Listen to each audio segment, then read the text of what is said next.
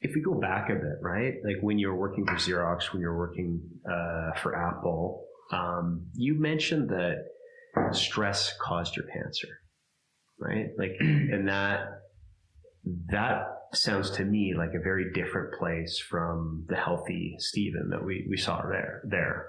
Can you tell me a little bit about that time and that experience? Yeah, I mean, you're growing a company and you have international clients and local clients. And at the time, we were leading the industry in terms of how we were using technology to facilitate brand building. We were doing it in real time with crowdsourcing technology. We were literally at 10 years ahead of our time. Mm-hmm. So we built Alberta's Promise, Bill 1, the little red wagon, around the table with all the stakeholders at that table using a tool where all the stakeholders, the United Way, Big Brothers, Big Sisters, any agency in the province that would help children was represented, and we were able to collect all their information all at once and formulate 5 promises in real time. This was 20 years ago. So think about we were way ahead of the crowdsourcing curve, but the demands on my time, the demands on me, the pressure, the stress, having come through the .com boom and then bust, and trying to keep the agency going and then all of a sudden thriving, it just caused the form of stress that, pulling all-nighters is not good. And then you break that universal law where, if you spend time with your children and just blow off business meetings, that's a good thing. And when that's, stopped happening and became the norm, that's what caused my cancer. It was stress, pure stress. So the cancer hit. Mm-hmm. Some people might know this. Your mother was diagnosed with cancer at an early age. Mm-hmm. One thing with people who have had cancer in their immediate family or close family, and then they have the cancer after, is that it's almost like history repeating itself. Where now it's my turn, right? Like at that time, with that stress, and then also with the history, like what were you feeling at that time? Well, when I was, let's go back to my mom, the way that she died, the way that she passed away, it was hard. My brother and I are in San Diego, going to high school, get a phone call from my uncle, your mom's in the hospital. And this was a few days after her birthday. Her birthday was May 9th. My mom and I were really close. And I always had this feeling of comfort. Like this warm rub on your back that, you have a mom. Yeah. And we called her on her birthday and no answer. I just got this really odd feeling that something's wrong. And sure enough, my uncle calls, everything's fine. We learn later on it's not fine. We fly back up to Vancouver. It's calcium deposits, all this, moves from that. So, she's got seizures to, it's cancer. You got to go to the hospital. You show up at the hospital. They've just done this major surgery, where they cut her head open, her brain, and they took a look at it. And the cancer had spread so fast. And then you ask the surgeon, is she going to, if she comes back to consciousness, will she recognize us? And in that moment, you don't get an answer. And you realize you're never going to get to talk to your mom again. Even though she's still alive and hooked up to the machine, you're trying to process all this. And when I went down into the ICU, into the basement, to say goodbye to her, you got to realize there's 12 people in a room. They're all covered in white sheets, all hooked up to ventilators. And the nurse says, "That's my mom over there." And you go over, and you don't even know that that's your mom. It just doesn't look like her that you're saying goodbye to. 15 years old. Yeah. The trauma of that is with you forever. And then so when I was diagnosed, that was the first thing I thought of. That instantly, it's like it happened yesterday. And I made the decision there and then that I was going to be born into a different cancer family than my mom. I had to be. I had 3 young boys. It didn't want history to repeat itself. And I needed to there and then change the rules of the cancer world, of the cancer game, and started to do things that were very instinctive and very different in terms of battling cancer. With your mom, like, were there certain things that she imbued in you, or like, what did she mean to you in the moment that you found out that you had cancer? I think, the one thing that my mom did that a lot of people didn't know, she had a Hungarian restaurant in Vancouver, super high end. And, this is 30 years ago. So, a couple would go out for dinner and spend $150 30 years ago at a Hungarian restaurant. And I'd visit her later on 10:30, 11 o'clock at night as the restaurant was winding down. And I always remembered that she'd, feed the Hungarian gypsies and, that would come in the back door and sit down in this fancy restaurant and just take care of them. They'd be eating the same food for free that other people were paying a lot of money for. And she really cared about her tribe, about taking care of others who were less fortunate and didn't want any attention for it at all. And so when I was diagnosed, I actually made the decision. I wandered around the U of A hospital like an idiot with my IV, pushing that stupid thing around. And I remember stopping at the chapel on the 4th floor, and it was locked. I couldn't go inside. I'm not even that religious. Hadn't been to church in years. And I just prayed. I just prayed to God or someone, and I made a deal. Let me grow up, or let me survive cancer, so that I can see my 3 boys grow up. That's it.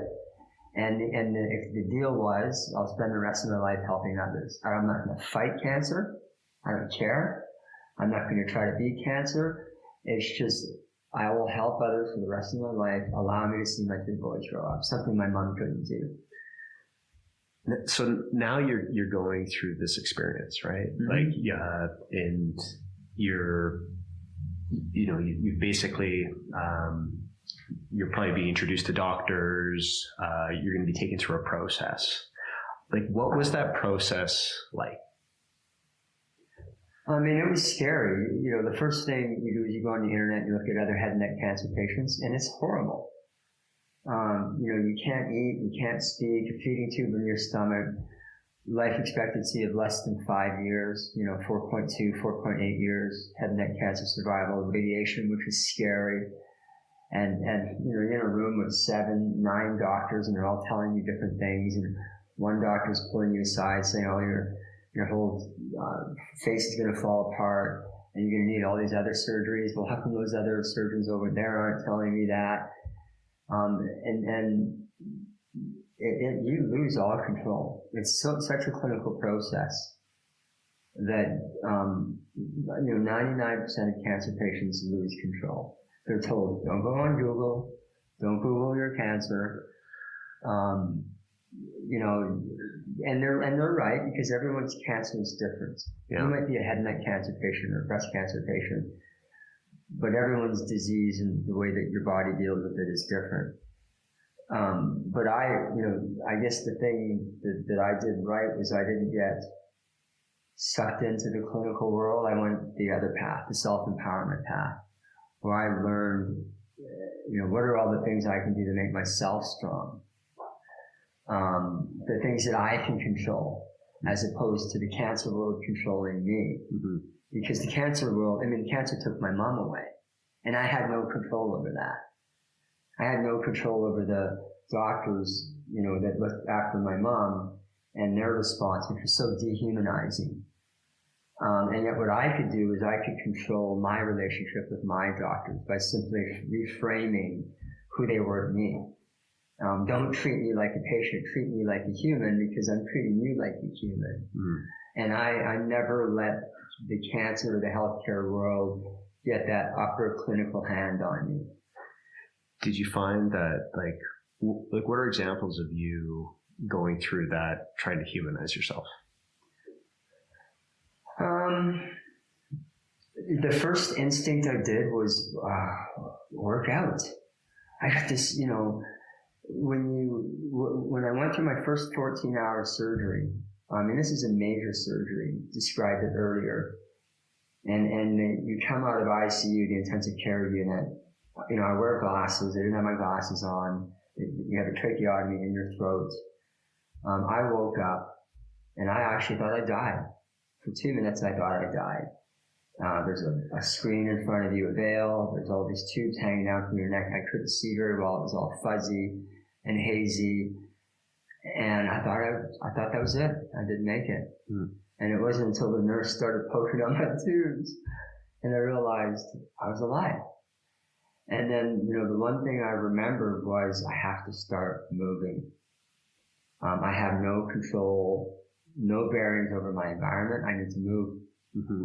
And, it got worse the next day or 2 days later, I was put into a respiratory care unit. It was absolute hell. So you've got this almost, I'd say this very optimistic kind of outlook, right? Like I that's what I feel from you, Steven. But what about that process? What was humanizing about it? When you were in it, I think everyone would be probably trying to do their best in a lot of ways, but you described it as hell. What does that mean for people? Because I don't think people get it. It's you're in pain, and the pain is loss of control, loss of who you are, fear of death. The biggest fear of cancer is the fear of the unknown, and just amplify that. So you can't go to the washroom, you can't get up, you're in pain, you can't talk because of the tracheotomy. And then to amplify that, you're in a respiratory care unit, and the surgery is highly specialized. And one of my doctors, Williams, said to swallow all the junk that comes in my tracheotomy. So there's all this byproduct of surgery, tissue. And he said, swallow it because it'll train the muscles in your arm that are put in your throat on how to simulate real throat muscles, and maybe that'll improve your swallowing and speech function down the road. Well, every time you swallow, you're choking yourself to death. Yeah. So he told me to do that, but maybe some of the respiratory nurses who were supposed to suction that junk out of my tube didn't know, and that was in fact the case. So you would swallow this junk, and you'd be killing yourself. So I'm trying to train the muscles in my arm that are attached to the muscles in my throat to swallow, knowing that I can't breathe. I might die. Someone help me. And I remember there were 2 nurses on a shift that may not have known that I was doing this with great frequency. And they were pissed at me because they just kept having to suction out my tube. And there was one point where they just wouldn't do it. And I was choking to death, and I had to grab all the stuff on my bedpan and throw it out in the hallway to get the attention of other nurses. And I was dying. I had no control. It was absolute hell. I guess the equivalent would be waterlogging. I don't know.